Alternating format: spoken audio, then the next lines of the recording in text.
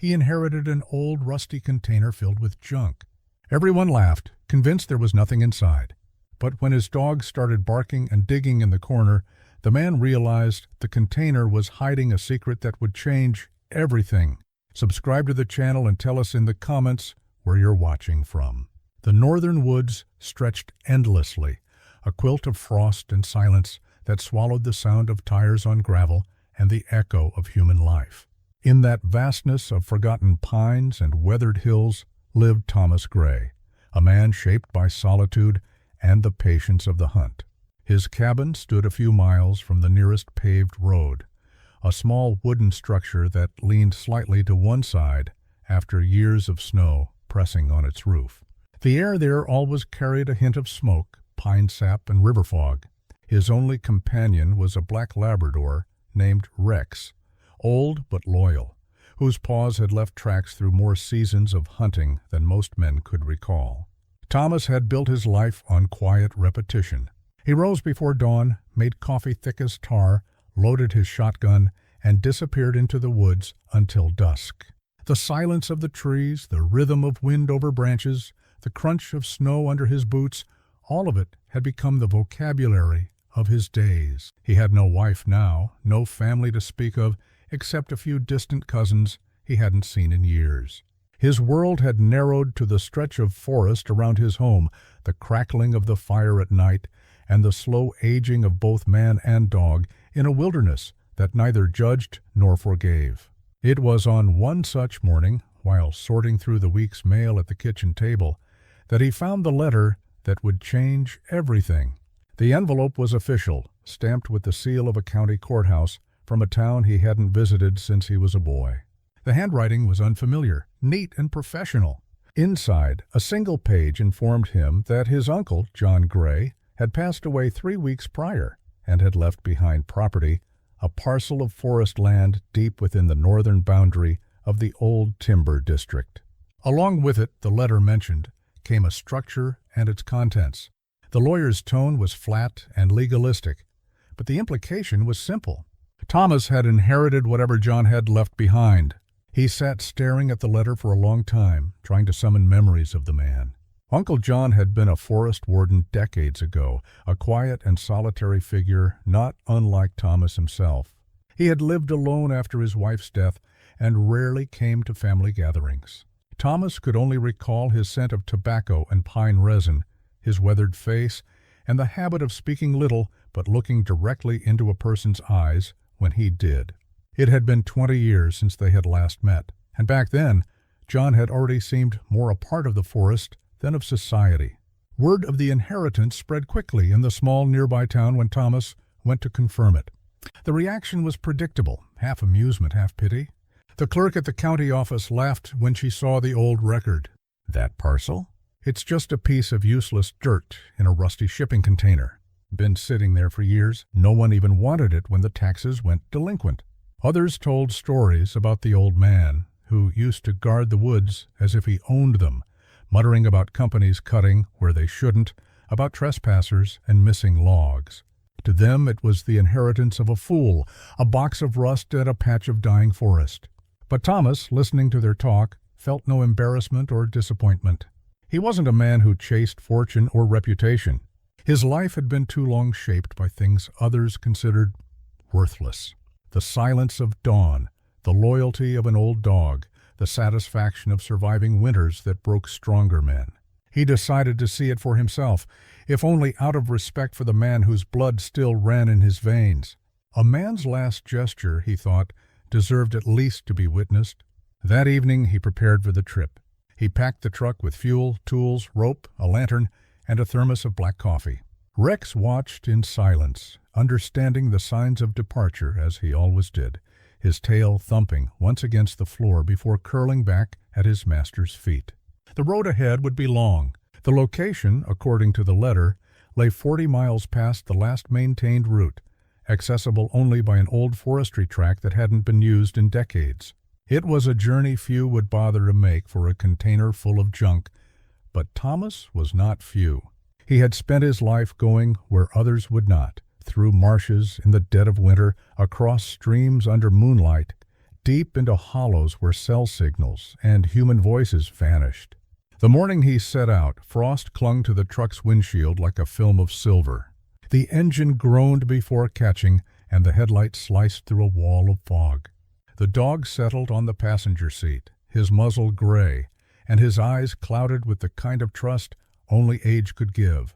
They drove for hours along narrow, twisting roads that thinned from asphalt to gravel, from gravel to dirt, until the forest swallowed the world. Trees rose on both sides like dark walls, and the sky became a narrow strip of pale gray between branches. Every few miles an abandoned shack or rusted sign marked the ghost of civilization. By midday, the track became little more than two ruts in the frozen ground. Fallen logs forced detours. The truck's suspension groaned under the strain. Thomas drove slowly, his hand steady on the wheel. The deeper he went, the more he felt the weight of silence. A silence not empty, but listening. The kind of stillness that seemed to hold memory. He reached the coordinates near dusk. The air was colder here, sharp and metallic, with the scent of old pine and water. At first he saw nothing but trees. Then, as he rounded a bend, a shape emerged between the trunks, a rectangle of corroded metal half sunken into the ground.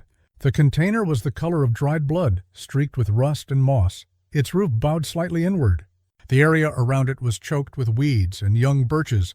A line of faint tire tracks, long since hardened by weather, ended at its doors. It looked less like a building and more like a grave marker for something forgotten. Thomas cut the engine and sat for a while, listening to the tick of cooling metal. He could feel the temperature dropping with the sun. In the fading light, the container seemed both fragile and indestructible, a relic that had outlasted purpose and memory alike. He stepped out, the crunch of frozen grass breaking the quiet. Rex followed, sniffing the ground, tail wagging uncertainly. The doors were locked, or had been once. The padlock was fused shut with rust, its shape barely distinguishable from the latch. He tugged at it, then gave up and circled the container. On one side, the metal was streaked with a pattern of scratches, as though someone had tried to scrape something off years ago. Near the back corner, a pile of old firewood had collapsed into rot. A crushed tin cup lay beside it. For a moment Thomas imagined his uncle here, sitting by a small fire, perhaps in silence like this, surrounded by the same trees, the same cold. By the time he returned to the front, night had begun to swallow the forest. He made camp near the truck, built a small fire, and listened to the wind move through the pines. The flames reflected faintly on the container's rusted surface, making it seem alive, breathing faintly in the shifting light. He wondered what had brought his uncle to live or die so far from everything. The man had owned a modest home near town. There had been no reason to retreat into the wilderness, and certainly not to guard a box of metal in the woods. When Thomas finally lay down in his sleeping bag, he watched his dog circle twice before settling by the fire. The stars had begun to pierce through the canopy, thin and sharp as glass. Somewhere in the distance, an owl called once, then fell silent. The air was cold enough to sting his breath, but the quiet felt deeper than discomfort. It was the quiet of something waiting to be uncovered. Before sleep took him, Thomas thought of the people who had laughed when he mentioned the inheritance. They would never come this far. They would never feel this cold, or see how the firelight made the forest glow from within. They would never know that sometimes the worth of a thing isn't in what it contains, but in what it might reveal. As the flames dimmed to coals and darkness folded over him, he felt no regret for the miles behind him, only a strange certainty that he had come to the right place. By morning, frost covered the ground like ash. The fire had died, leaving a ring of white embers. Thomas rose, his breath visible in the pale dawn, and looked again at the container. In daylight, it seemed smaller, less menacing, but still heavy with meaning. He brushed his hand along the rough surface, the metal cold enough to bite the skin. Somewhere inside that box lay the last message from a man who had chosen exile over compromise, silence over noise. Thomas fetched his tools from the truck, determined to open it. He told himself it was only to see what needed hauling away. But he already knew he would find more than junk. The forest had a way of keeping secrets, but it also had a way of preserving truth. As he lifted the crowbar and struck the rusted hinge for the first time, the echo rolled across the trees like a muted thunderclap. announcing that after years of stillness, something long forgotten was about to be remembered. The sound lingered in the air, then faded into the distance, swallowed by the forest's breath. The container stood silent again, but no longer indifferent. For the first time in decades it had been touched by living hands, and with that touch began the unraveling of everything that had been buried within. The echo of the crowbar against metal still seemed to hang in the cold air the following morning.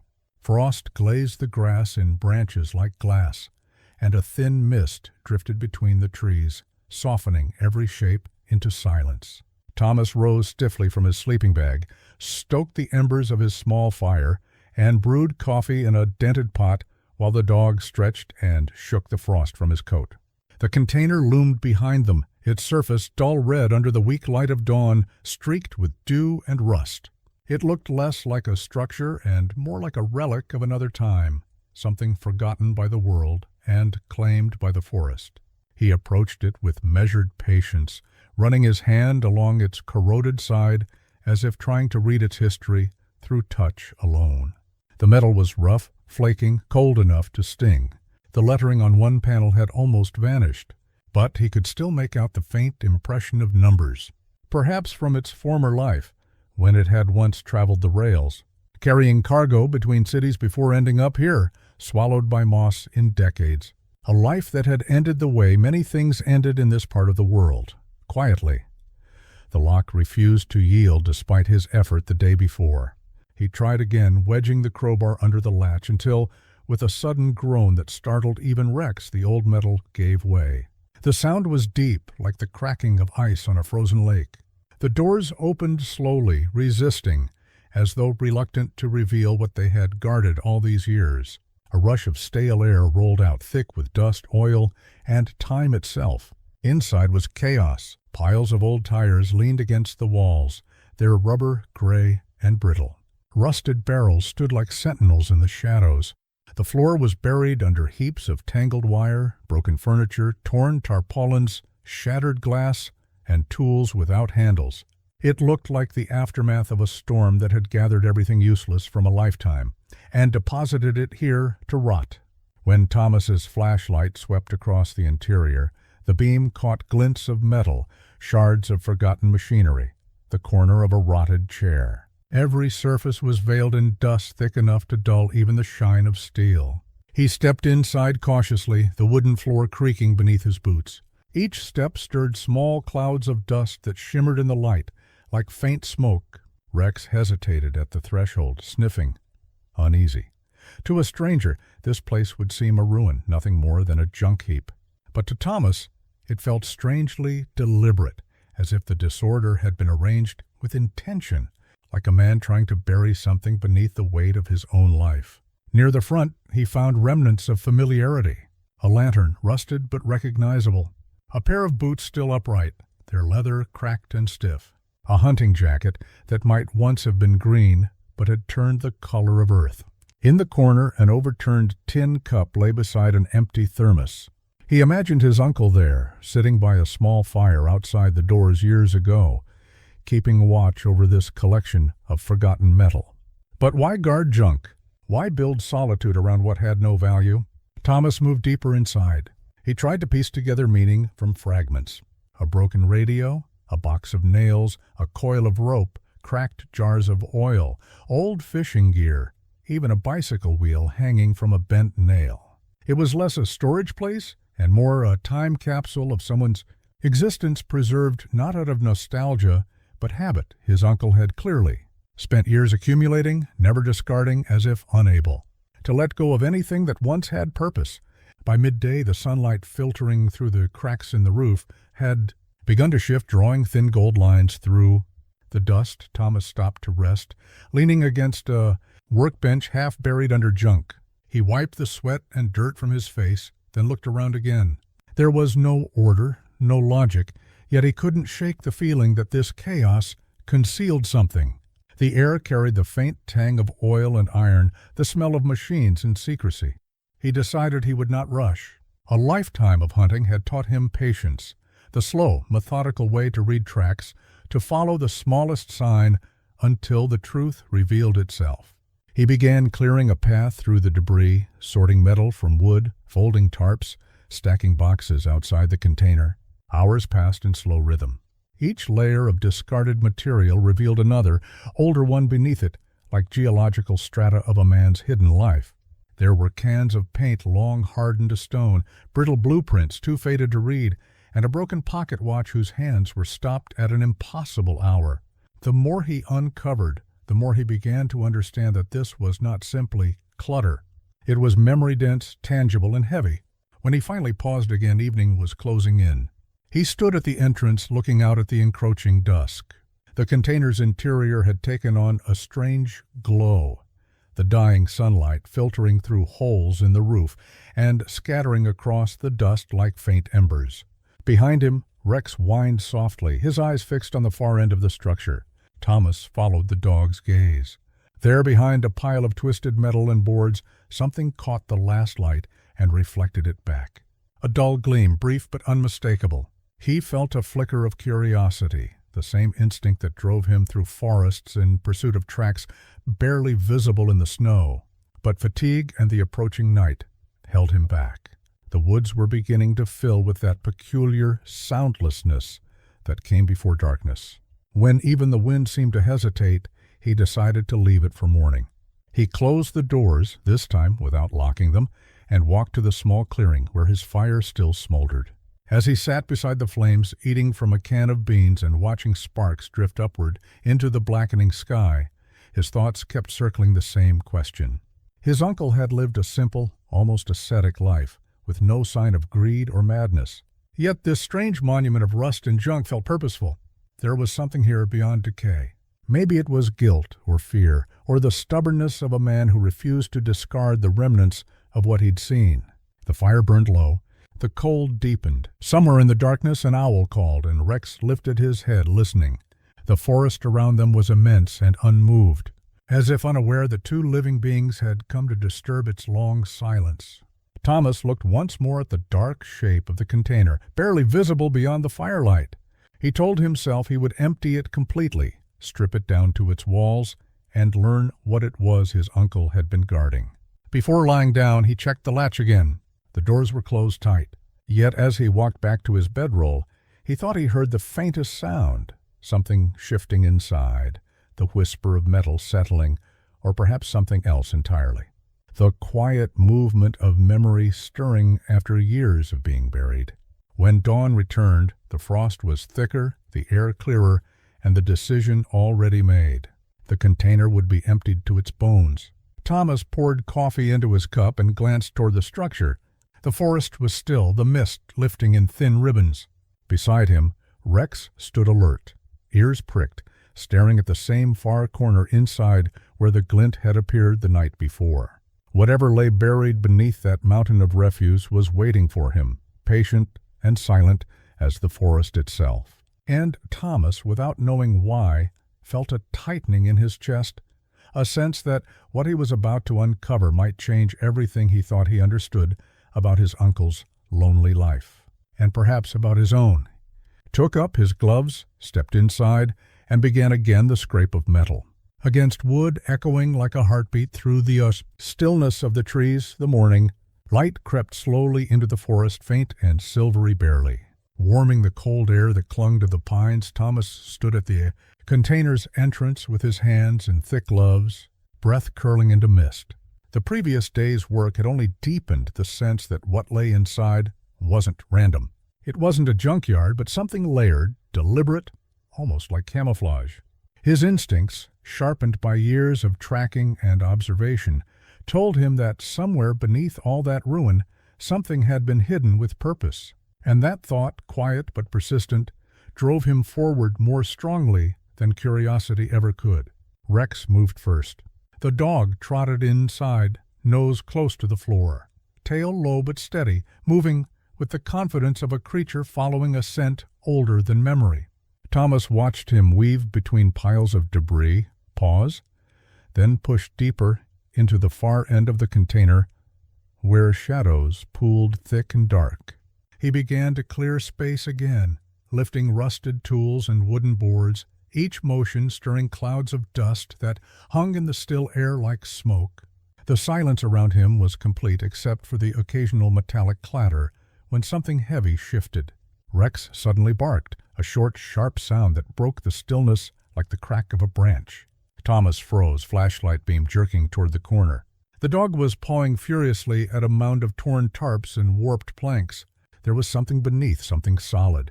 Thomas crossed the floor in 2 strides, pushing Rex gently aside. He began pulling away the layers, old canvas, metal scraps, pieces of rotted wood, each one revealing another beneath it, until at last his gloved hands brushed against something cold and flat. It wasn't part of the floor. It gave slightly under pressure. He cleared the rest with his boot, revealing the edge of a box, its surface the same dull brown as the container walls. A metal chest, rectangular and heavy, capped with a corroded latch that still held firm. For a moment he simply stared at it. The craftsmanship was old, solid. It didn't belong among the junk. He dragged it into the open, grunting under the weight, and set it near the entrance where the light could reach it. Dust spiraled upward as it landed with a dull thud. Rex circled it, sniffing and whining softly. The latch resisted at first. Thomas took the crowbar, wedged it beneath the rusted edge, and pressed. With a sudden metallic crack, the lock gave way and snapped off, skittering across the floor. He hesitated before lifting the lid, an involuntary pause, born from the strange gravity of the moment. The hinges creaked as if waking from a long sleep. Inside lay not the scrap he expected, but order intentional, preserved, untouched by time. The first layer was cloth, thick canvas folded neatly to line the interior. Beneath it, bundles of papers tied with twine, several small leather-bound notebooks, and a row of envelopes sealed with wax so old it had turned brittle. Everything was arranged with care, as though whoever packed the chest knew it would remain closed for years. The air that escaped smelled faintly of oil and age. Thomas lifted one of the notebooks. The leather cover was cracked but still supple, initials stamped faintly in the corner. J.G., his uncle's hand. He set the book aside and examined the rest. There were receipts, maps marked in pencil, small stacks of typed reports bearing official seals from forestry departments, orange companies, and county offices. He unfolded one and read the heading, Timber Harvest Authorization Restricted Zone. The dates stretched back more than 20 years. Each was signed and stamped, yet something in the paperwork felt wrong. The same signatures appeared again and again, identical down to the shape of each letter as if copied. And besides, several were notes in his uncle's handwriting. Short, decisive, damning, false, counterfeit, illegal section. Thomas leaned back, stunned. His uncle hadn't been hoarding trash. He had been collecting proof records of illegal logging, falsified permits, documents that could destroy reputations and companies. This chest was an archive of guilt hidden beneath a mountain of garbage that no one would bother to touch. His respect for the old man deepened into something else, admiration mixed with unease. It was the kind of evidence people risked their lives to hide or expose. He continued to sift through the contents. Among the papers were photographs, grainy black and white shots of logging sites, men standing beside piles of timber stamped with government numbers. On the back of one photo, his uncle had written a date in a single word. Proof another image showed a line of trucks carrying illegal loads through a checkpoint. Under the cover of night, Thomas could almost hear his uncle's calm, patient voice describing the betrayal of the land he had sworn to protect. Beneath the folders lay something heavier, a sealed metal tin. Its lid was secured by 2 rusted clips inside wrapped in wax paper. Was a small collection of personal items, his uncle's compass, an old lighter engraved with the initials J.G., a pocket knife dulled by use, and a single photograph folded carefully to protect it from moisture. Thomas unfolded it with trembling fingers. The picture showed his uncle standing beside a younger man, both wearing forestry uniforms. The background, a stretch of clear-cut hillside. The younger man's face was faintly familiar. He had seen it once in the county office, framed above a certificate.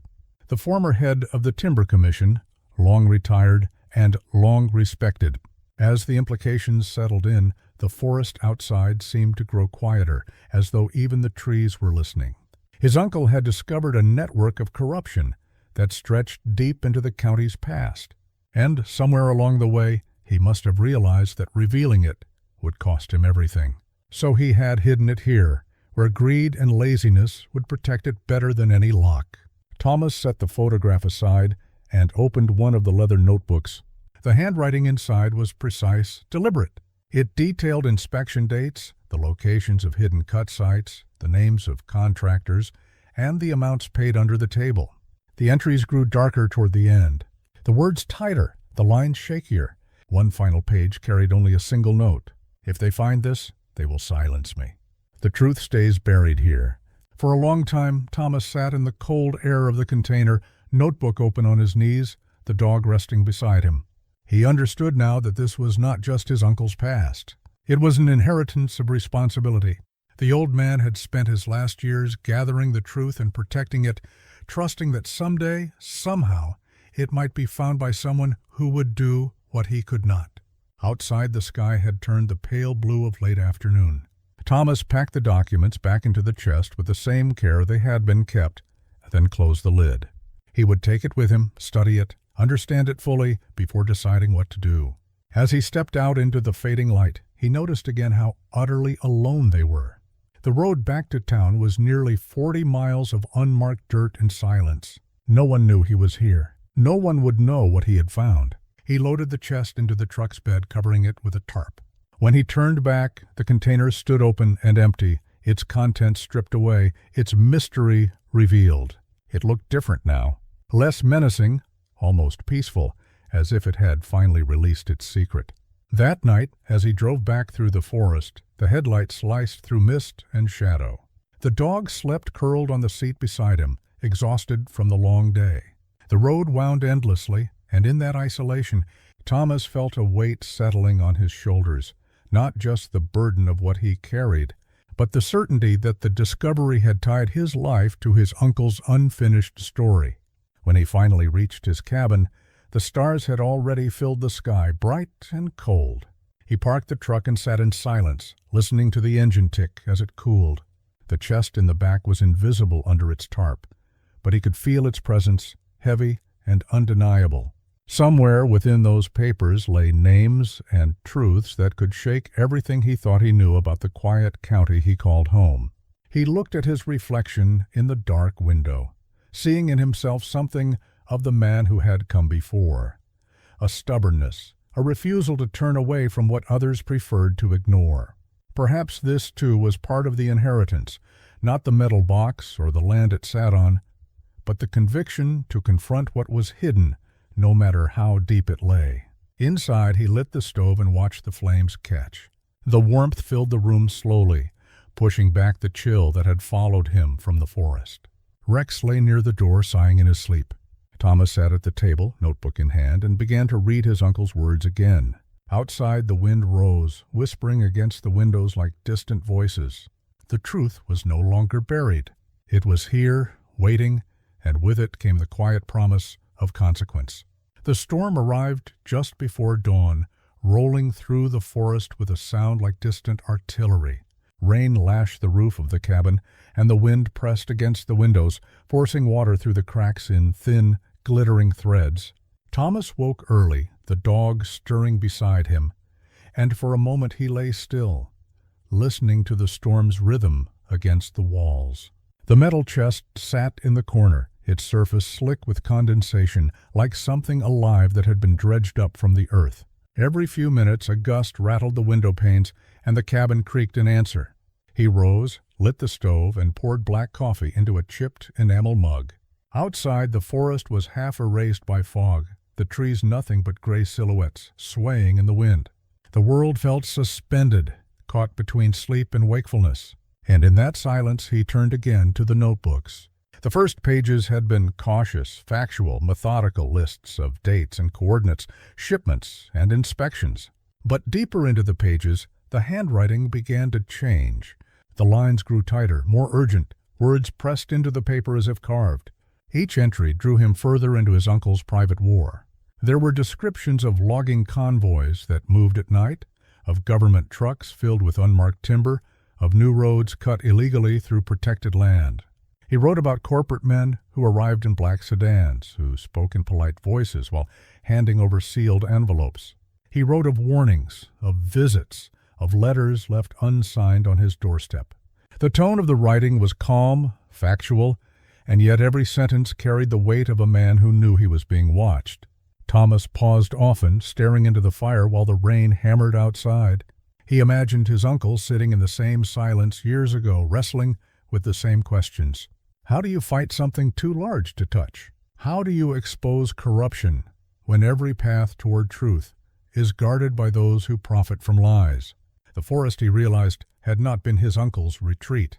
It had been his refuge, the last ground left to him when the world turned hostile. By midday the storm had eased. The dog paced restlessly, whining near the door, sensing his master's unease. Thomas set the notebooks aside and stepped out onto the porch. The rain had washed the earth clean, leaving the air sharp and cold. The road beyond his gate was empty, but he knew how quickly isolation could turn from safety to danger. If the wrong person learned what he now held in his cabin, there would be no hiding. He spent the next hour sorting through the documents more carefully, arranging them into piles.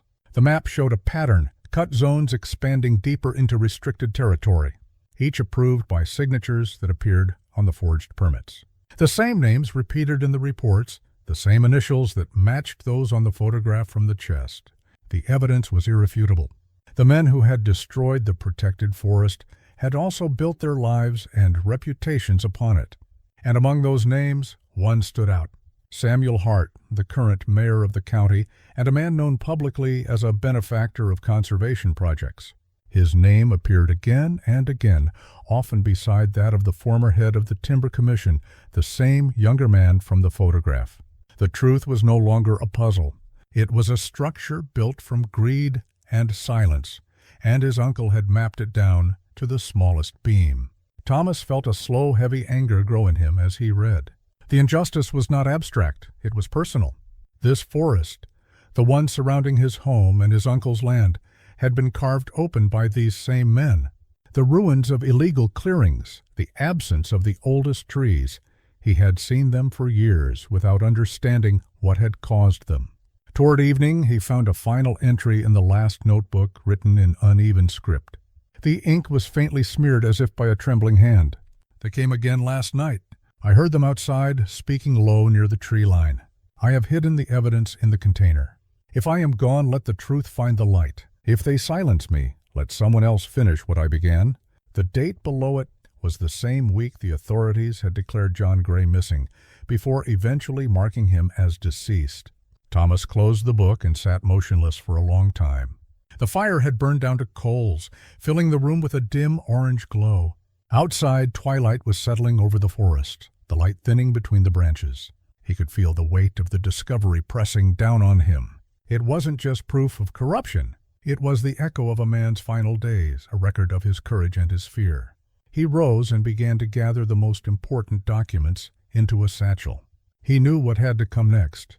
The evidence needed to reach someone who could act, someone beyond the reach of the men whose names filled those pages.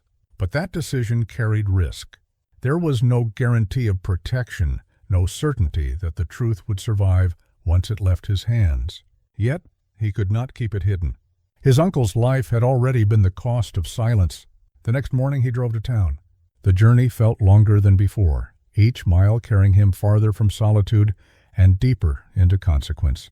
He arrived with a satchel under his arm and stopped before the small local newspaper office that sat on the edge of Main Street, its windows dim and uninviting. Inside, the editor, a tired man in his 50s, barely looked up when Thomas entered. When Thomas placed the satchel on his desk and told him what it contained, the man's expression shifted from irritation to disbelief, then to cautious curiosity. By the time the first few documents were examined, the editor's hands had begun to shake. He called in a younger reporter from the back room, a man with restless eyes and a notebook always at hand.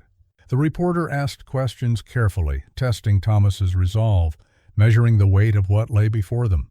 By the end of the hour, both men understood that this was more than a local scandal. It was a chain of crimes that could reach the state capital, perhaps even higher. They agreed to verify everything before publication, to contact lawyers and cross-check signatures. Thomas left the office with mixed relief and dread. He knew what would follow. The storm his uncle had feared was coming again. Only this time it would reach beyond the forest. Back at the cabin, the forest greeted him with its familiar stillness, but it no longer felt like shelter. He moved the remaining papers into a hidden compartment beneath the floorboards, a habit learned from years of caution in the wilderness. That night, he kept the lights dim, the doors locked, and his rifle within reach. Rex slept near the bed, twitching occasionally in his dreams, unaware that his master's thoughts were far from rest.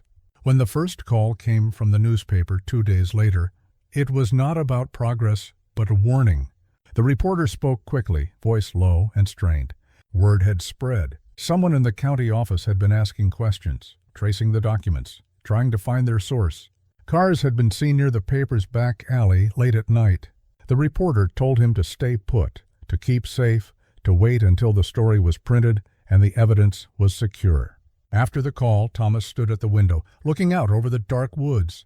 The wind moved softly through the trees, the same forest his uncle had once protected. He realized that everything had begun here and would likely end here as well. The difference was that now, the truth was awake, no longer buried in rust and silence. It had a voice again. He poured himself another cup of coffee and watched the first light of dawn rise behind the pines. The storm had passed, but in its wake came a deeper quiet, the kind that settles before something breaks. He knew they would come for him, just as they had come for his uncle. And yet, as he stood there, steady and unafraid, he felt the strange calm of a man who has already made peace with what must be done. The newspaper printed the first article 3 days later. It appeared quietly on a Wednesday morning, a modest column on the front page of a local paper that most people read over coffee and discarded before work. Yet by noon, the story had already begun to spread beyond the town's borders. Names were mentioned, men who had built careers and fortunes under the guise of progress, officials who had signed illegal permits, companies that had stripped protected land for profit. The documents Thomas had found in his uncle's chest were cited as sources. At the bottom of the article was a single line that changed everything: evidence provided by local resident, and Hunter Thomas Gray, heir of the late forest warden. John Gray, the phone in his cabin, began to ring before the sun had fully risen. At first it was reporters asking for statements, their voices polite but insistent. Then came calls that were less friendly, anonymous, heavy with warning. By afternoon the phone was silent again, the line dead. When Thomas stepped outside, he saw tire marks near his gate that hadn't been there the night before. The air was unnaturally still, the forest holding its breath as if it sensed what was coming. He went about his routine as best he could, though everything had changed. The woods that once offered peace now seemed full of unseen eyes.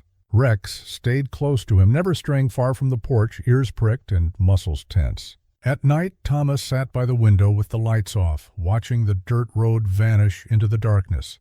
More than once he caught the faint gleam of headlights pausing at a distance before retreating into the trees. The following days blurred together. The second article appeared on Friday, this one in a regional paper. It contained photographs from the documents, reproductions of permits and signatures, and an image of his uncle's handwritten notes. The journalist who had taken the risk to publish them called Thomas that evening, his voice hoarse with exhaustion. He said the evidence had already been sent to a larger publication, that more reporters were asking questions, that lawyers were getting involved. The story was too big to bury now, but the warning came soon after. Someone had broken into the newspaper's office the previous night. Files were stolen, computers smashed, and the young reporter was attacked while leaving the building. He was alive but shaken, hiding out in another town. He told Thomas not to return to the city, not to answer any unknown calls. "They know who you are," he said quietly before hanging up. The weight of those words settled over Thomas like a winter fog. He locked his doors, checked his rifle, and placed the remaining documents, copies of everything, inside a waterproof case hidden beneath the cabin floor. Burned nothing, his uncle had died trying to protect the truth. And Thomas, would not destroy it now on the third night. The first real act of intimidation came. He woke to the sharp scent of smoke and the crackle of flames through the window. He saw the orange glow behind the trees, his old storage shed engulfed in fire. He grabbed his rifle, burst out into the cold, and shouted into the darkness. But there was no answer. The fire roared high, consuming dry timber and tools alike. Rex barked furiously beside him, the dog's silhouette flickering in the light. When it was over, only blackened beams remained. Whoever had done it was long gone, leaving nothing but silence and the faint smell of gasoline. The sheriff arrived the next morning, summoned by a neighbor who had seen the smoke from miles away. His questions were brief, his tone distant. He called it an unfortunate accident, scribbled a few words into his notepad, and drove away without ever looking Thomas in the eye. That was when Thomas understood that the rot his uncle had uncovered ran deeper than he'd imagined. The men whose names filled those documents were not merely corrupt, they were powerful, and their influence reached into every corner of this county. Later that week, Rex disappeared. It happened in the early evening, just after sunset. The dog had been lying on the porch as usual when he suddenly lifted his head, growled, and bolted into the woods. Thomas heard the barking fade, then stop entirely. He called out until his voice broke, searching with a flashlight deep into the forest, but there was no trace. For 2 days he scoured every trail, every hollow. On the third morning, Rex limped back into the clearing, his flank cut, fur matted with dried blood. He collapsed at Thomas' feet, exhausted but alive. The message was clear. This was no warning anymore. It was a line drawn. Something hardened in Thomas that day. Fear gave way to resolve. He had always lived by a simple code. Face what hunts you, never run from it. Now that same instinct returned, colder and sharper than ever.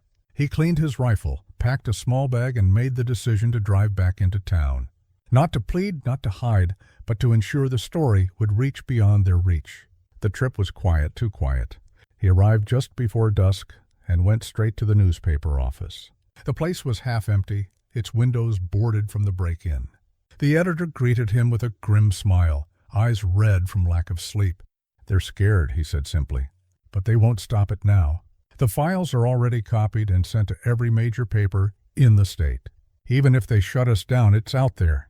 Thomas nodded. He left the satchel of additional papers, duplicates of the ones he had hidden at home, and shook the man's hand. When he stepped back into the street, the sky was the color of ash. Somewhere a bell rang, and the wind carried the scent of rain. He drove home slowly, headlights carving narrow tunnels through the darkness. The feeling that he was being followed never left him, but he refused to turn around. When he reached the cabin, the night was quiet again, too quiet. The forest no longer felt like a refuge. Its silence was the silence before something breaks. He fed Rex, checked his doors, and sat by the fire, listening to the logs crackle. The radio left on the counter hissed faintly with static before a voice broke through. News from the city, reports of arrests, of officials questioned, of companies under investigation. The work had begun. His uncle's truth was no longer buried in rust and dust. He didn't sleep that night. Every creak of the floorboards, every sigh of the wind outside felt significant. Just before dawn, he stepped onto the porch and looked toward the faint line of smoke, still visible where his shed had burned. The earth was cold beneath his feet, but the horizon was beginning to lighten. When the first birds started to call, he realized that something inside him had shifted completely. He was no longer the quiet hunter who had once wanted only solitude. He had become the keeper of a promise made by another man long dead. The world had turned its eyes, at least for a moment, toward this forgotten stretch of forest, and he would make sure it did not look away again. As the sun rose over the trees, Thomas knew the storm was far from over. The men who had thrived on silence would not accept defeat easily, but the truth was free now, alive in the words printed and shared beyond their reach. And if they came for him, as they surely would, he would meet them not with fear, but with the same quiet strength his uncle had carried until the end. The fire had taken his shed, the threats had scarred his nights, but they could not reclaim what had already been set in motion. The forest, once wounded, was beginning to breathe again, and in its low whisper of dawn he heard something that sounded like gratitude. By the time the sun climbed above the ridge that bordered the northern forest, the story had already reached national headlines. The photographs of his uncle's documents appeared on news sites. Across the country, interviews with environmental experts filled the radio. Senators were calling for investigations. In every broadcast, one image reappeared: the rusted container standing silent among the pines, the place where truth had slept for decades. They called it the Gray Discovery, though Thomas would have given anything to avoid his name being attached to it. He spent that morning sitting on the porch, the radio murmuring beside him, while the wind stirred through the wet grass. Rex lay nearby, healed, but still limping slightly from the wound that had nearly ended him. The air carried the smell of pine and smoke, a mix of ruin and renewal. Thomas listened to the news without joy. Every victory felt distant, diluted by the cost that had come before it. His uncle was gone, the past had been exhumed, and the world had finally taken notice. But he couldn't shake the feeling that something remained unfinished. By afternoon, 2 black sedans appeared on the road leading to his property. For a moment his heart froze. He reached for the rifle resting beside the door, but when the men stepped out, he saw government emblems on their jackets. Federal agents, their voices were calm, respectful. They asked for the remaining evidence, promising protection, safety, a formal investigation. Thomas hesitated, measuring them with the same instinct that had kept him alive through long hunts and longer winters. These men didn't move like the ones who came in the night. They carried themselves with purpose, not menace. After a long pause, he went to the cellar and returned with a waterproof case. They thanked him, handed him a document to sign, and told him to expect further contact. Before leaving, one of the agents looked at the dog and said softly, "You're lucky to have found what he left behind." Thomas didn't answer. He watched the vehicles disappear down the road, their dust trails fading into the trees. When the sound of engines died, silence returned, a silence so deep it seemed almost reverent. In the following weeks, the investigations grew louder. More officials were named, more arrests made. The mayor resigned, the timber company suspended operations, and public outrage swelled. Environmental organizations descended on the county, offering funds to restore the damaged forest. New boundaries were drawn around the protected land. New laws drafted to prevent such crimes from repeating. The forest that had once been a battlefield of greed was slowly reclaiming its peace. Yet for Thomas, peace remained elusive. The cabin no longer felt like a refuge, but a memorial.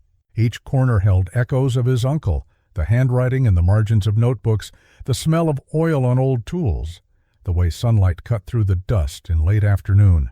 He had fulfilled the old man's unfinished task, yet the satisfaction he'd imagined never came. Some nights he walked down to the container, now cleaned and empty, its floor swept and its purpose fulfilled. Standing there, he would imagine his uncle hunched over papers, working in secret by the light of a single lamp, his mind already decades ahead of his time. It was here he realized that a man's isolation had become the world's inheritance. Then came the invitation, a letter embossed with a government seal delivered by courier. They wanted him to speak at a congressional hearing in the Capitol, a public testimony about what he'd found, a chance to put the final stone on his uncle's story. Thomas read it several times before setting it aside. The idea of traveling to a city, standing before cameras and officials, felt unbearable. He had never sought attention, never asked to be part of history, and yet, deep down, he knew that refusing would mean allowing others to define the narrative for him. A week later, dressed in his only clean jacket, he stepped off a train into a world of marble and glass. The Capitol was everything his forest was not: crowded, loud, restless. Reporters swarmed the courthouse steps, shouting questions, their flashes cutting through the morning light. Inside, the air smelled of polish and authority. He spoke simply, describing what he had found, how his uncle had gathered the evidence, and how those who profited from destruction had tried to erase him.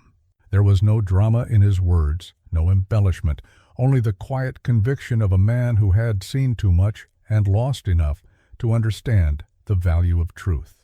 When the hearing ended, a senator approached him privately. She told him the investigation had already expanded to several states, that his uncle's work had uncovered patterns no one had dared to examine. "You did the right thing," she said gently. You've given this country back a piece of its conscience." Thomas nodded but said nothing. The praise felt hollow. He hadn't done it for conscience or justice. He had done it because silence had already cost too much. He returned home to a forest that was changing. The cleanup crews had left, and the first green shoots were beginning to break through the scorched soil near the remains of the burned shed. New saplings lined the old clearings. Birds had returned in greater numbers, their songs threading through the morning air. Even the container, once an emblem of secrecy, now stood open to the elements, its rust catching the sunlight like bronze. One evening, as twilight settled between the trees, a vehicle pulled up to the gate. It was the young reporter who had nearly been killed for printing the story. He looked tired but alive, his notebook still in his pocket.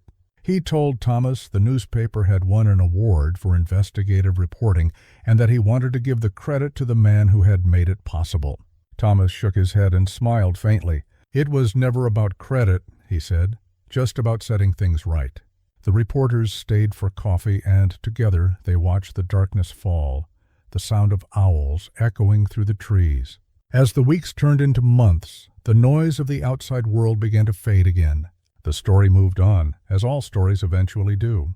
Politicians debated new policies, corporations issued statements of regret, and the headlines shifted to other crises. But the forest remained. It grew thicker, wilder, more alive with every passing season. Thomas rebuilt his shed, though smaller this time, and used it to store tools for planting and fencing rather than for hunting.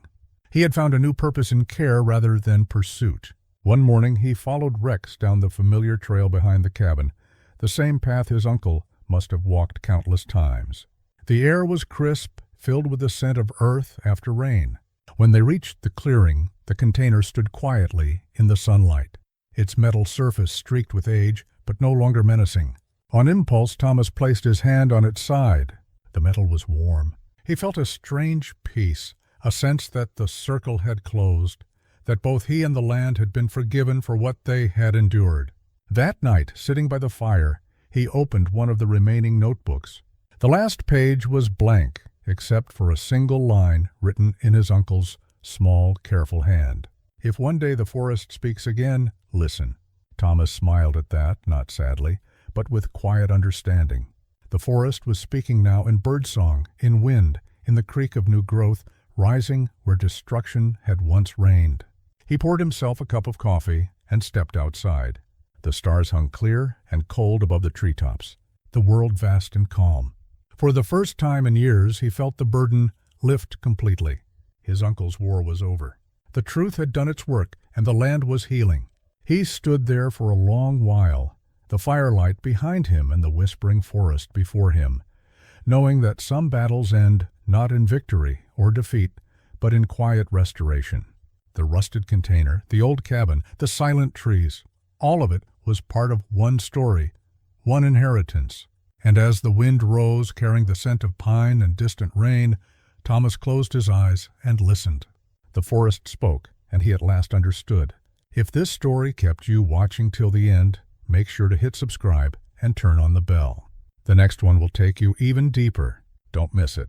And if you felt something while watching, share this video with someone who needs to see it too.